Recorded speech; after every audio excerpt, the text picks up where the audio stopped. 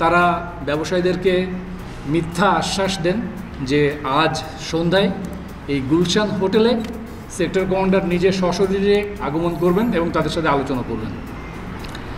এই সব কিছুর বিনিময়ে তাদের যে চুক্তিটা হয়, এক জোড়া গরুর জন্য তাদেরকে 35,000 টাকা দিতে হবে এবং 10,000 গরু বর্ডার পার করিয়ে দেওয়ার জন্য অগ্রিম 20 লক্ষ টাকা তারা দাবি করে। প্রকৃতপক্ষে এই দুইজন প্রতারক তারা নিজেদের স্বার্থ হাসিল করার জন্য পদস্থ বিভিন্ন কর্মকর্তার নাম ভাঙিয়ে আমাদের স্থানীয় সহজ সরল যারা ব্যবসায়ী রয়েছেন তাদের কাছ থেকে মোটা অঙ্কের টাকা হাতিয়ে নেওয়ার একটা অভিনব একটা কৌশল তারা অবলম্বন করছিলেন। প্রাথমিক জিজ্ঞাসাবাদে আমরা এই তথ্যগুলো পেয়েছি।